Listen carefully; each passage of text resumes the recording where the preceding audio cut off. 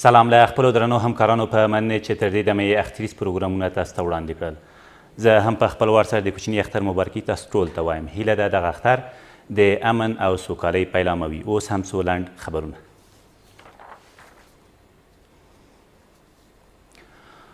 ولسمشر غني او میرمنې د کوچني اختر د رارسېدو له امله ټولو هیوادوالو ته مبارکي وویله. رولا بیبي ګل غني په ویډیوي پیغام کې هیله څرګنده کړې چې افغانان د اختر دغه ورځې له خپلو کورنیو سره په خوښیو ولمانځي.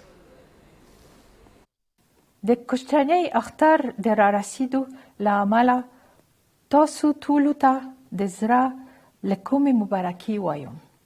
په دې هیله چې نور د جګړو او ناخوالو غږ په هیواد کې نه وي او زموږ په ګران افغانستان کې د سولې، سوکالي او امنیت آواز خپور شي. اختر مو بختور شي. سر له ننه د اختر تر درېیمې ورځې د افغان دولت پر وړاندې د طالبانو اوربند پیل شو. طالبانو په همدې اړه خپلو پلویانو ته لارښوونه کړې چې دغه اوربند مراعات کړي او دفاعي حالت کې واوسي. د طالبانو دغه پریکړه د افغان حکومت او ټولو هیوادوالو له تود هرکلي سره مخ شوه.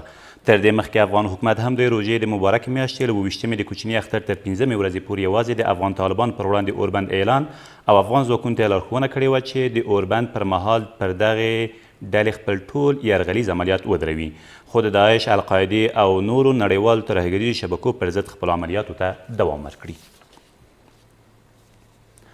له دې سره سم په افغانستان کې د امریکې سفیر او میرمنې د اختر د رارسېدو له امله ټول افغان ولس ته مبارکي ویلې ده.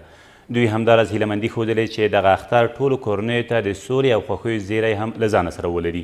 له دې سره سم په افغانستان کې د ملګرو ملتونو ځانګړي استازي تدمي چې اماماتو هم د اختر د رارسېدو له امله افغان ولس ته مبارکي ویلې ده. نوموړي یو ځل بیا د جګړې له ښکېلو خوا غوښتي چې اعلان شوی اوربند مراعات کړي او همداراز یې هیلهمندي ښودلې چې دغه اوربند لا پسې وغځېږي او هغه سوله له ځانه سره ولري چې افغانان یې غواړي او حقدار یې دي. په ورته وخت کې مخکني ولسمشر حامد کرزي هم د کوچني اختر د رارسېدو له امله ټول افغان ولس ته مبارکي ویلې ده. ښاغلي کرزي په هیواد کې روانه جګړه د پردیو د ګټو تحمیلي جګړه بللې او د دغې جګړې د خلاصون په موخه یو ځل بیا له افغان حکومت او طالبانو غوښتي چې له جګړو لاس واخلي او دغه څو ورځنی اوربند چې په ټول هیواد کې د افغانانو له بېساري هرکلي سره مخ شوی تمدید کړي او د خبرو له لارې دایمي سولې ته د رسېدو لپاره هڅې پیل کړي. نوموړي په خپل دغه اختریز پیغام کې همداراز ویلي چې پردي لاسونه غواړي د افغانانو ترمنځ په تفریقې سره خپلو موخو ته ورسیږي، نو باید افغانان هوښیار واوسي او پرېنږدي چې هیواد له دې ډېر وران او خپل عزیزان له لاسه ورکړو. په همدې حال کې د هیواد په لویدیځ کې امنیتي مسؤلینو د اختر په ورځو کې د ځانګړو امنیتي تابعیاو له نیولو خبر ورکوي. د هرات، فراه او بادغیس ولایتونو امنیه قمندانان وایي د احتمالي پیښو پر وړاندې د دوی ځواکونه د یادو ولایتونو په بېلابېلو سیمو کې په تیارسۍ حالت کې دي. له دې سره سم د هرات امنیه قمندانۍ یوازې په هرات ښار کې د ښاري انضباط قطعې له جوړولو خبر ورکړ او زیاته کړې ده چې دغه قطعه به د لنډغرو او نورو بې بندوباره خلکو پر وړاندې جدي چلند وکړي.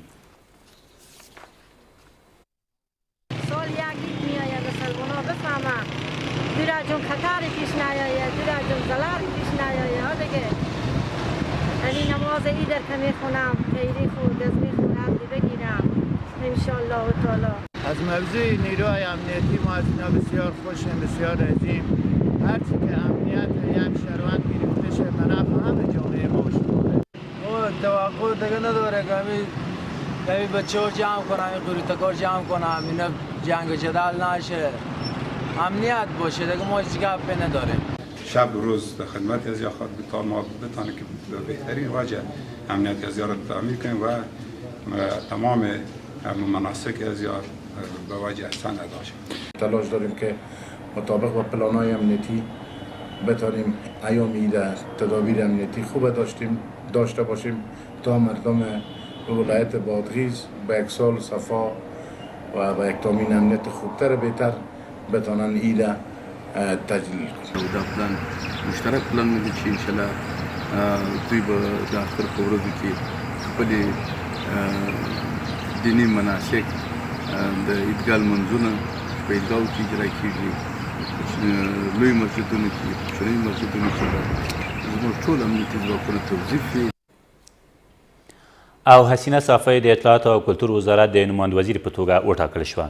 ولسمشر غني په یو حکم سره میرمن صافی چې تر دې مخکې د افغان ښځو شبکې مشره وه د اطلاعات او کلتور وزارت د نماند وزیر په توګه معرفي او په پارلماني چارو کې د دولت وزارت ته یې هم دنده سپارلې چې نوموړې د ډالرۍ د ترلاسه کولو په موخه ولسي جرګې ته وروپېژني. له دې سره سم ولسمشر په یو بل حکم سره حسینه صافی د یاد وزارت د سرپرستې په توګه هم ټاکلې ده. دا تر دې مهاله وروستي خبرونه. اوس هم تاسو رابولم د خورشید د اختریز پروګرام لیدو ته.